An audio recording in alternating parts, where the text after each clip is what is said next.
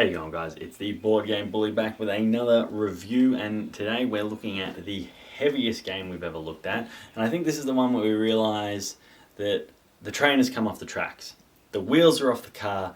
Nothing that we set up to works anymore. Because our rating system will not work for this game, and that game is Merchants of the Dark Road.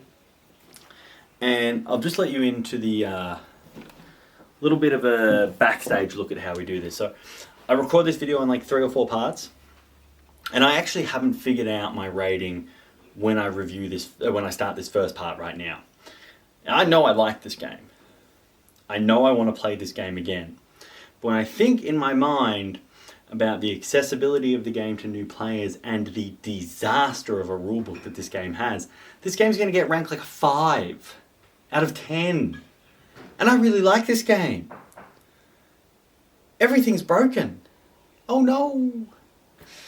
So yeah, I mean, I guess our review system, we're not going to change anything. I guess it's just going to have to always have that asterisk there of the reviews of this channel do not actually reflect my enjoyment of a game, which is really weird. Alright, so let's have a look at Merchants set up now. Merchants is pretty chunky game. We'll zoom out. You know, we got bits all up and down. Not even getting the full board in, but let's zoom in for a little bit here. You get, now that you've got the scale of things. So,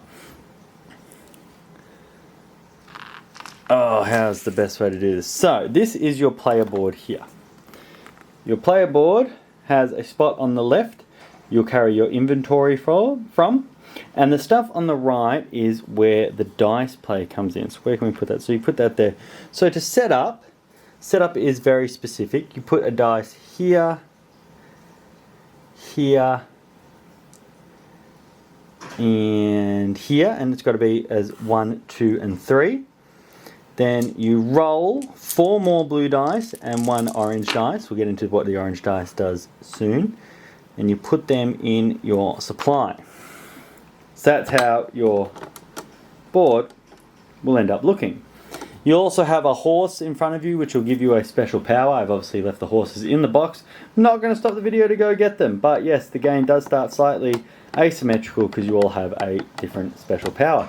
You'll also all get one of these starter heroes. I put one out here to make it nice and easy to find. So starter heroes come with a basic item, so this one brings a lamp, and they have a destination where they want to go. So this is going to be one of the ways that you make money and prestige through the game, by delivering heroes to where they want to go.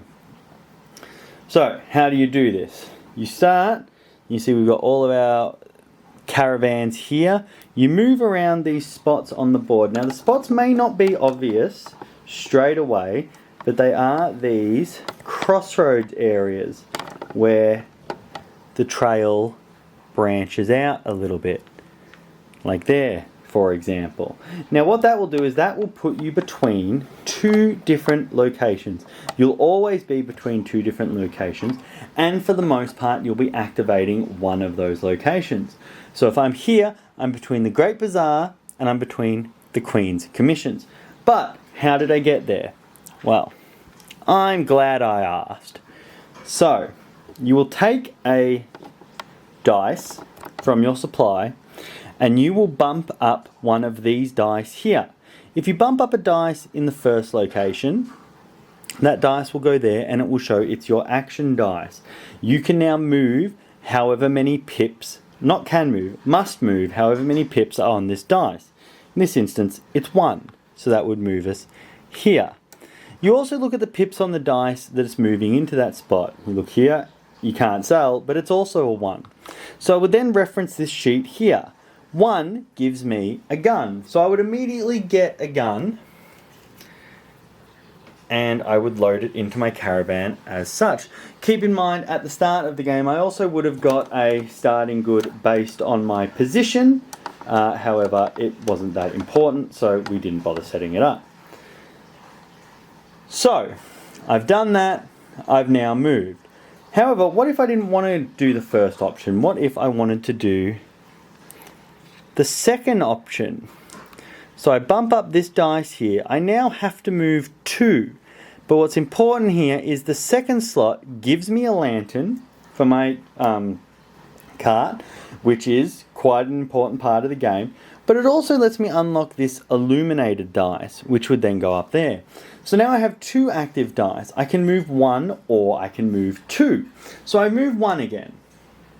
Now, what's the benefit of having the 2 dice? The benefit is I get to activate everything that I can from that location. So I can activate the Great Bazaar, I can activate Queen's Commissions because I'm between the 2 of them, but it's also the only way to activate these small buildings that are on these little branching ways. So if I was to do that there, I'd be activating 3 things in 1 turn.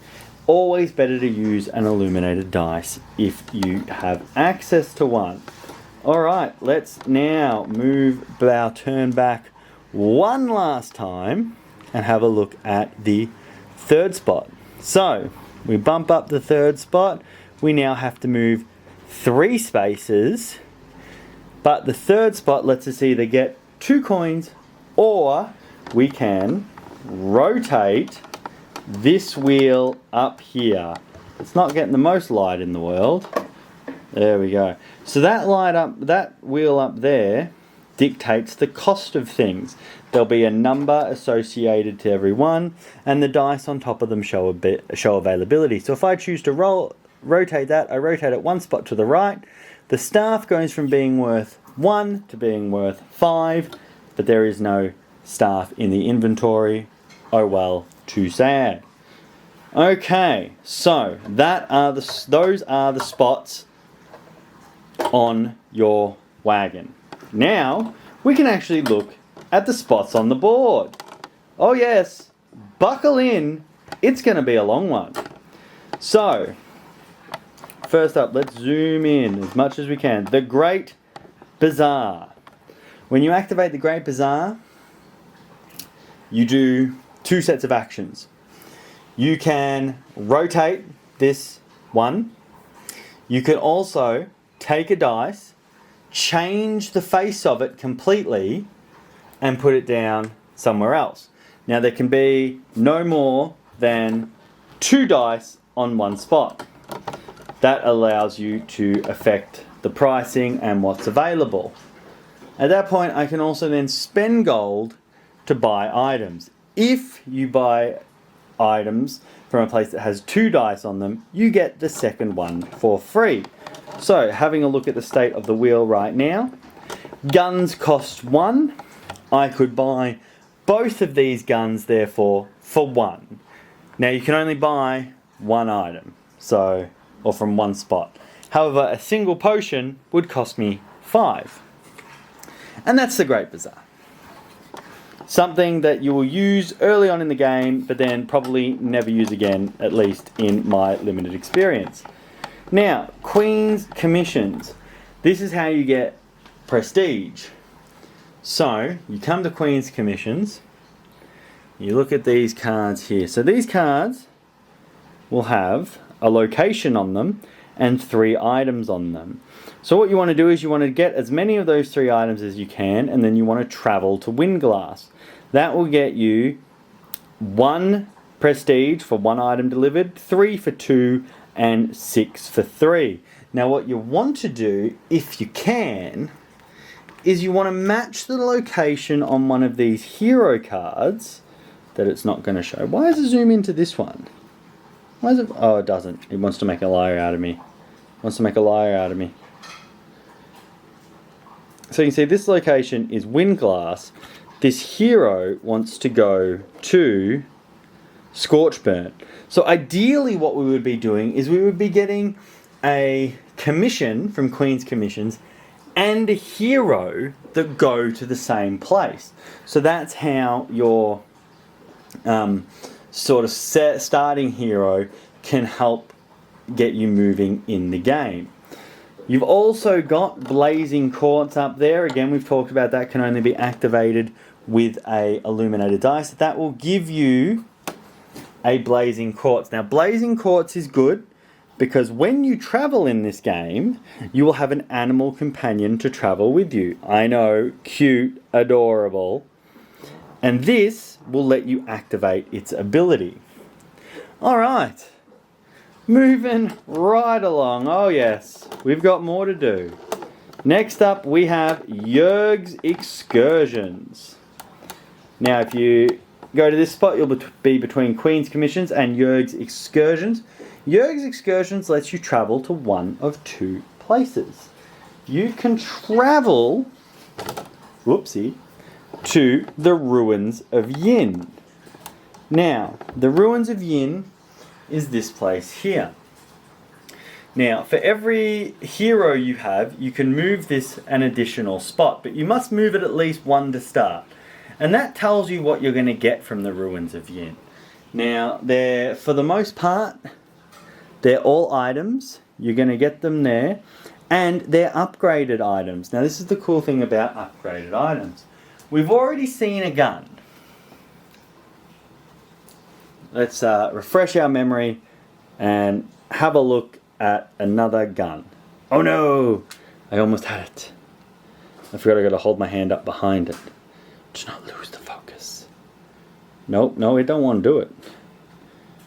Oh, there it goes. There we go. We seen a gun? Upgraded gun, look at that! It's golden! Very cool. So, when you sell an upgraded weapon to a hero, you'll get an extra gold for it. When you hand in a gold item as part of a commission, you will get extra points for it. Here, you can also spend a lantern to roll the Ruins of Yin dice, which will give you something. And something's better than nothing. Now, we've also got here, we have the Oracle of Lumi. So if we would have gone to this position and activated it with a illuminated dice, we'll be able to roll the Oracle of Lumi dice. Basically, anytime you can roll a dice in this game, you should. Rolling dice is fun. I'm terrible at it, but I still managed to win this game, so there you go. Now, the second choice you have at Jörg's Excursions is to do a campaign to these towns. Now, the towns are divided into colours. You've got purplish, greenish, bluish. Now this is where you hand in heroes and you hand in your commissions. Now each hero, each location will have a different reward for heroes that you're handing in, but the rewards for handing in commissions are always the same. Now, when you travel, you ask everyone at the table if they want to come with you. You also have to nominate if you're going to be traveling on the dark road or if you know a shortcut. Now, if you're traveling on the dark road, that is the basic way to travel. You'll be flipping one of these cards here. So, you flip the card, it will give you an event with some flavor text, and then it'll also give you down here dice rolls, because you have travel dice in this. Now, you will roll, if you roll a 1, 2, or 3, something negative will happen. A 4, 5, or 6, something positive will happen. Now, you will roll a dice for each player who accompanied you, including yourself. And you also have a way to get an additional dice with the companions that we talked about earlier that you can get when you travel. I've got them set up here. Here they are. The one that is furthest away from the deck will have a travel dice on it. So that will give you another dice to roll. You roll all those dice. You take the best one for yourself, and then the people to your in turn order around you get what's left. So that means when you travel on the dark road, more likely than not, you're going to get the best reward for doing so. The flip side for this is when you hand in your commission, you will get one reward as well as the points. So you get the points, but then you come down here and you can get a wagon upgrade. You can get coins. You can get an illuminated dice back in your supply. Or you can get one of these cards here in the middle, a deeds card. You will start the game with one of these deeds cards, and again, it's something that gives you direction on how you can score some additional points. Now, I say you only get one. Obviously, that means there is a way to get more than one, and that is by traveling on the shortcut. The shortcut requires you to travel with 3 lanterns. Now those 3 lanterns need to be your lanterns. You need to have them at the beginning of the trip, and no one can contribute to them. Now when you travel on the shortcut, the cards are, for the most part, basically the same. This one, 1, 2, 3, 4 are all bad, 5 and 6 are good. But the person to your right, so the next person in turn order, gets to pick the first dice, which means you, unfortunately, have to take the worst dice, meaning more often than not, you are going to get punished for taking this road. However, you will get to take 2 of those rewards for handing in that commission. And 2 of those rewards can be extremely powerful. Alright, moving on. We've still got places on the board. This has been going for 14 minutes. My God, we could have played the game by now. So, you've also got the dark market that you can stop on. Now, the dark market is just a place where you can get some stuff. You can get 2 items at a time. The mark will be here, and you can move it for 1 coin. Oh, shouldn't touch things from that side. My arm, my massive arms block out the light. Yeah, so you'll move it here, and you will get, for the most part, 2 items. Here, you could get a commission or a deed. So you're just paying gold to be able to get the items that you want. Here at Otho's Lantern Works, if you were to use an illuminated dice from this spot, you would be able to get a piece of gear valued at 1 based off what the Great Bazaar is doing, get a prestige point and a lantern. Now, moving on to our final spot, we have the spot between the Dark Market and the Ringway Inn. So, spot between the Dark Market and the Ringway Inn, we're looking at the Ringway Inn. This is where you make gold and where you pick up heroes. So these heroes will all have, unless it's the starting hero that we've got out, that we just had out for explanation reasons, all heroes will have 3 items on the left of them. Now you can sell one of each of these to them based on the prices set in the Great Bazaar, and obviously based on what you have. They also have a automatic item or effect they have when they add into your retinue. This one gives you a horseshoe. And they have, as we said, a name, so they're a skirmisher, that's for endgame scoring with some cards, and Scorchburn, a destination of where they want to go. So here, you can pick up a hero and sell some gear, and then off you go around the rest of the track to then go deliver some gear, deliver that hero, and continue on doing that. And that is probably the longest rules explanation we've ever done, and I probably missed some things, but there it is. So what I loved about Merchants of the Dark Road, other than the fact that I won, of course, it's just this, like when you start the game, you're like, okay, I understand the idea, I have to get goods and deliver goods. And okay, cool, I'll grab some stuff off this market, and then I'll pick up a little commission and I'll head off to town and I'll send it there. And you're like, okay, that's pretty simple. Yeah, I guess I can do this for 13 rounds. But then like the more turns you take, the more interaction you realize you can have with other players, the more things you realize you can chain together. It's like, well, you know, instead of going to the bazaar to buy this item, I could just go with him on his trip and hope that we get an item. You know, what's the worst that could happen? I don't lose a turn, I might get some stuff, or I'm going to go into this mine over here and I'm going to pillage it to get some upgraded items. There's a wealth of different things you can do in the game to achieve the same objective, and the game really comes down to how efficient can you be and how efficient are the other people at the table going to let you be. And I think that's really cool. You know, the scoring system is also something that I've never seen before. So there's 2 scoring systems. So you take your money that you get for selling goods to heroes, which is also how you recruit them. You sell to them, and then they trust you enough. They're like, oh, well, you gave me this cool sword, which I paid for. I'm just going to hang out with you now. A little weird, but okay. So you take your money, and then you take your prestige points. Prestige points you get through various ways of the game. They're like victory points, but they're not. Victory points are something else. So you take those two, and it's like whichever one you have more of, throw it out at the end of the game. It's completely worthless. So if you have 50 prestige points but 2 gold, your score is 2. And then you get to add any victory points you may have to that score to get your final score. And I think that balancing act of, it's like, okay, I'm going to go over here, I'm going to deliver some stuff. So, oh, now I got 30 prestige points, but I only got like $6. I'm going to have to go over here, I'm going to have to sell to some heroes. It's like, okay, what do I do now? I've got, I'm sort of even. All right, let's go get some more prestige points. And you're always just sort of flitting between both sides of the board, trying to keep your points in balance, because if you get too many of one, they're gonna be worthless at the end of the game. And that was something that I thought was really cool. I'd never seen it in a game before. So I found it thoroughly enjoyable.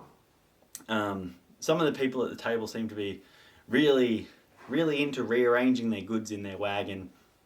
That was meh for me. I don't care. Just put the things in the boxes like Diablo. Who cares? But, shapes and puzzles and polyominoes, people love saying that word, so... Alright, so we head into the rating portion of the video, and again, I feel like we have to put a disclaimer here. I like this game. I would play this game again. This game is great for me. This game has everything that I want in it. However, rules, I'm giving a 6. That rule book is a mess. An absolute mess. So, the turns. There's supposed to be 13 turns. We're reading through, gives you the turn summary, right? So you're moving dice around. Then when you run out of dice, you take one dice away and you re-roll. Except that's nowhere in the turn summary. It talks about re-rolling, but it doesn't talk about taking a dice away until a page and a half later on a book that on a page that the index says is to describe the Great Bazaar. That's a problem. I'm not going to remember every word of a rule book. I need summaries. And take a dice away before you re-roll is probably important enough that it should be right at the top of how the game works. Other things you're reading, like, oh, okay, cool, so someone's going to the dark market for the first time. How's the dark market work? So I get to do this symbol. Well, what does that symbol mean? Oh, don't worry, we have an index on the back of the book. So let's close where we are, open the back of the book, find the symbol. Okay, that symbol means that. It's like, okay, so what could I do again? Don't worry, I'll open the book back up. Great Bazaar. Oh, okay, cool. Not Great Bazaar. Okay, cool. But what does this other symbol mean? Don't worry, I've got you. Close the book. Look at that's a joke, man. Index sheets, like this rule book,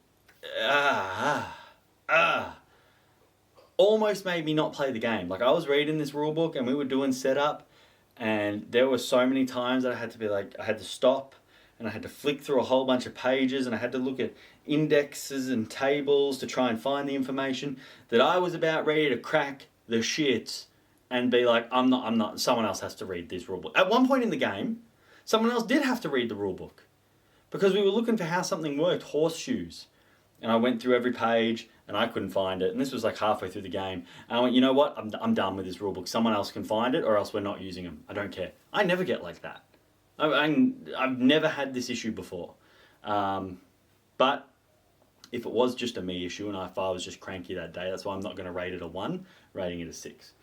Artwork, rating it a 9. The game is really nice to look at. Initially, when I pulled out the board and it was all like it was a jigsaw puzzle, I was like, why have they done this? It makes sense, expansions and stuff, and it all just fits together so nicely. There's no warping, everything just moves along smoothly. The little wagons are cute. The fact that your items that you can get, when you flip them over, it's like a gold foil version of it, and that's how you know that it's upgraded. That's cool, because most games would just give you like a little arrow symbol to show that it's upgraded. But no, they went, there's a gold foil version of it, and all of the little journey cards that you have, you flip them over, they've got a cool little story and a cool little illustration that sort of puts you into where you're going. So yeah, the artwork's great. That's a 9. Accessibility. This game has a lot going on. This game, I don't think you could sit someone new down and play this game. And that's not a fault of a game. You know, some games aren't meant to be your first experience into gaming. But I cannot imagine this going over well with anyone on the more casual to... Like, this is not going to bridge the gap between Ticket to Ride and Twilight Imperium.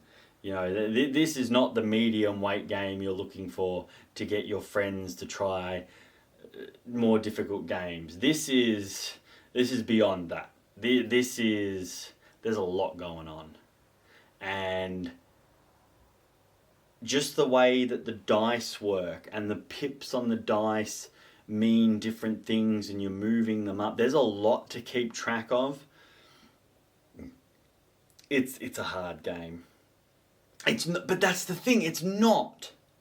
But it seems like a very hard game, and I feel like when we're talking about accessibility, it's always about that like welcoming factor. Like, if you come down and sit at the table and I start explaining this to you, are you going to feel welcomed into it? And no, there's no way, none.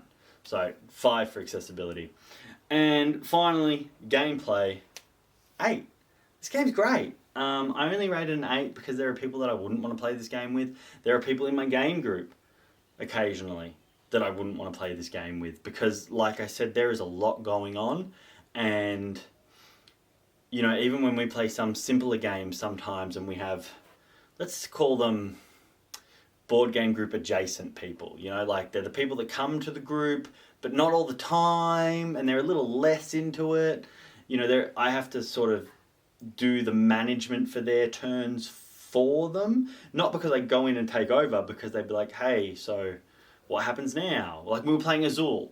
How does this score? So it's not that hard, but okay. So if I was to play this game with one of those people, there's just too much to keep track of. You know, you got to keep track of a lot of things for yourself to make sure you're not accidentally cheating. I can't keep track of what someone else is doing to make sure they're not accidentally cheating as well. But the right group, preferably people that have all played it before, because I feel like you could knock this game out in like 90 minutes if everyone's played it before. This is a great game. I really like this game. This may be my favourite game that I've played so far this year, and that's why it's so devastating that it gets a final score of 7 out of 10. That rulebook. Why couldn't you be better? And what player aids would make it a little bit more accessible. I could have knocked it up a point there for player aids. Help me out here, guys.